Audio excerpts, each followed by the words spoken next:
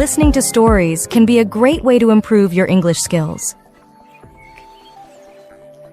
When you listen to stories, you can learn new vocabulary, sentence structures, and grammar rules in a natural way. You can also improve your listening and comprehension skills by trying to follow the plot and understand what's happening in the story. In addition, listening to stories can help you develop your imagination and creativity. You can visualize the characters, settings, and events in your mind, which can help you improve your overall language skills. It can also be a fun and enjoyable way to learn English, as stories can be entertaining and engaging. A young man named Alex came to a village for business purposes. He had never been to this place before, and he was excited to explore the area. As he was walking down the street, he saw a beautiful girl named Maria. She was walking with a group of friends and laughing. Alex was instantly drawn to Maria's beauty. He couldn't take his eyes off her. He wanted to talk to her, but didn't know how to approach her. He followed her from a distance, hoping to find a way to start a conversation. The next day, Alex saw Maria again. This time, she was alone. He decided to take a chance and went up to her. She was friendly and welcoming, and they started talking. They talked for hours, and Alex found out that Maria was a kind-hearted and intelligent person.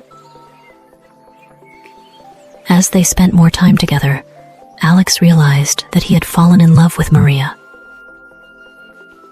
He couldn't imagine his life without her. He knew that she was the one for him.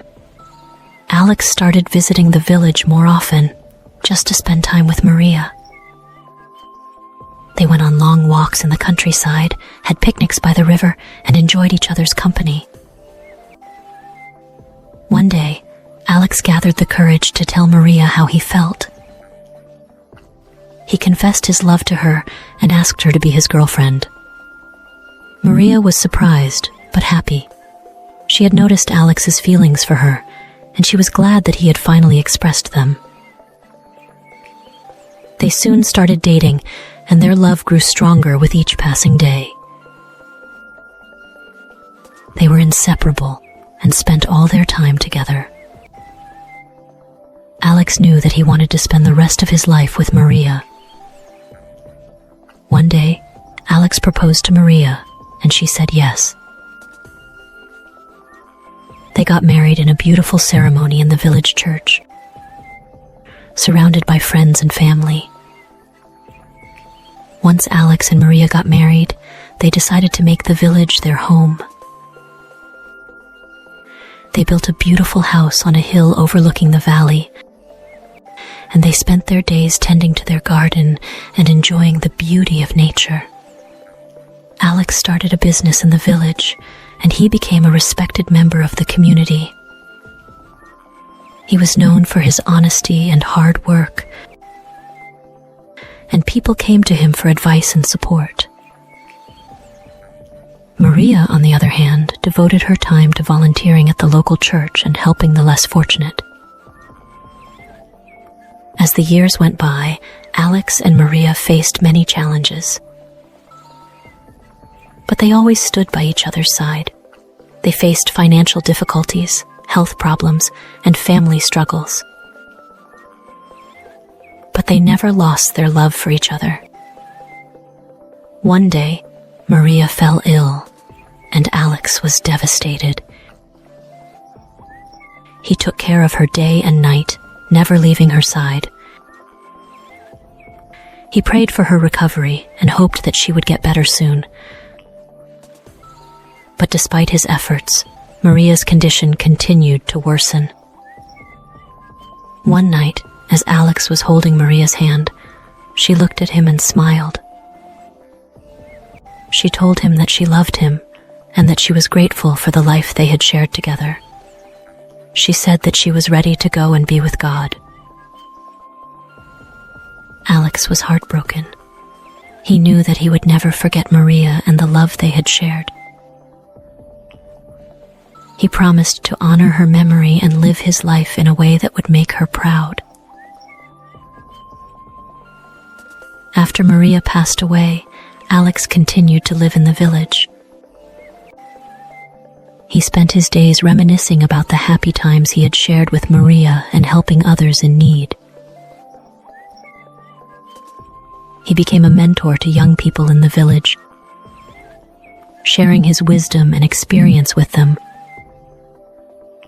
As he grew older, Alex knew that his time on Earth was coming to an end. He wrote a memoir about his life with Maria, documenting their love story and the lessons he had learned. He hoped that his story would inspire others to never give up on love and to cherish the moments they had with their loved ones. Alex passed away peacefully in his sleep, surrounded by his family and friends. He was buried next to Maria, and their love story became a legend in the village. People talked about them for generations, and their love continued to inspire others to this day. Hello, friends. I hope you enjoyed the story. Now, let's focus on an important aspect of English speaking: vocabulary. As I mentioned earlier, having a good vocabulary is crucial for effective communication in English. So let's get started and practice some new words together. He was buried next to Maria. Buried refers to the act of interring someone's remains in the ground as part of a funeral or burial ceremony. So, he was buried next to Maria means that after his death, his body was laid to rest in a grave situated beside Maria's grave. He wrote a memoir about his life with Maria. Memoir synonym is autobiography. A memoir is like an autobiography. It's when someone writes about their own life, talking about different times and events they've experienced. Sharing his wisdom and experience with them. Wisdom means having a lot of knowledge or understanding about life. When someone shares their wisdom and experience with others, it means they're giving advice and teaching based on what they've learned in their life. It's like sharing helpful lessons and insights to help others learn and make better decisions. He spent his days reminiscing about the happy times he had shared with Maria. Reminiscing synonym is remember with pleasure. Reminiscing means thinking and talking about good memories from the past. Let's start with something tricky. What's the difference between there, and there? Oh, I know this one. There is about possession, like their books. Good start. Can you give me an example? On their car is parked outside. Perfect. Now, what about there? Its location, right? Like over there. Exactly. Can it be used in other ways? Other ways? Like what? Think about this. There is a problem. Does it describe a location? Oh, no. It's like pointing something out. Right, it introduces something. Can you try an example? And there are so many people here. Excellent. Now, let's move to there. What does that mean? It's short for they are. Correct. How would you use it in a sentence? They're coming to the party tonight. Great, but how can you tell it apart from the other two? I guess you check if they are fits in the sentence. That's a good trick. Can you spot the difference if I say, their friends are late, and they're late? Okay, first one means the friends belong to them, and the second means they are late. Perfect. Now let's see if you can combine all three in one sentence. Combine all three.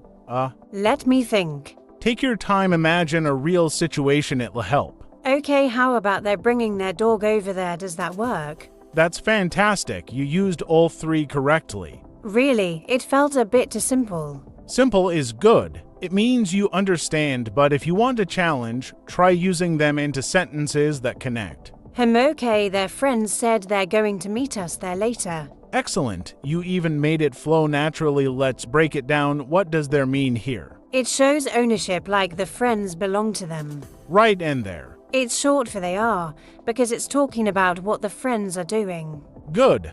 And there. That's where we're meeting a place. Perfect. Now, let's make it trickier. What if I say, they're there with their families? What's happening here? Oh, okay, there as they are. There is location, and there means the families belong to them. Excellent breakdown. So, if you ever get confused, what's the best strategy? For there, I'd check if there works for there. I'd ask if it's about possession, and for there, I'd see if it's a place or pointing something out. That's exactly it, and practicing sentences like these will make it automatic. Do you feel more confident now? Yeah, actually, it's starting to make sense. Great, let's wrap this up with one last challenge. Can you create your own mini story using all three multiple times? Okay, their cat always hides over there when they're having guests. Their dog, on the other hand, stays right there because they're not afraid of anyone. That's incredible. You didn't just use the words, you created a whole scene.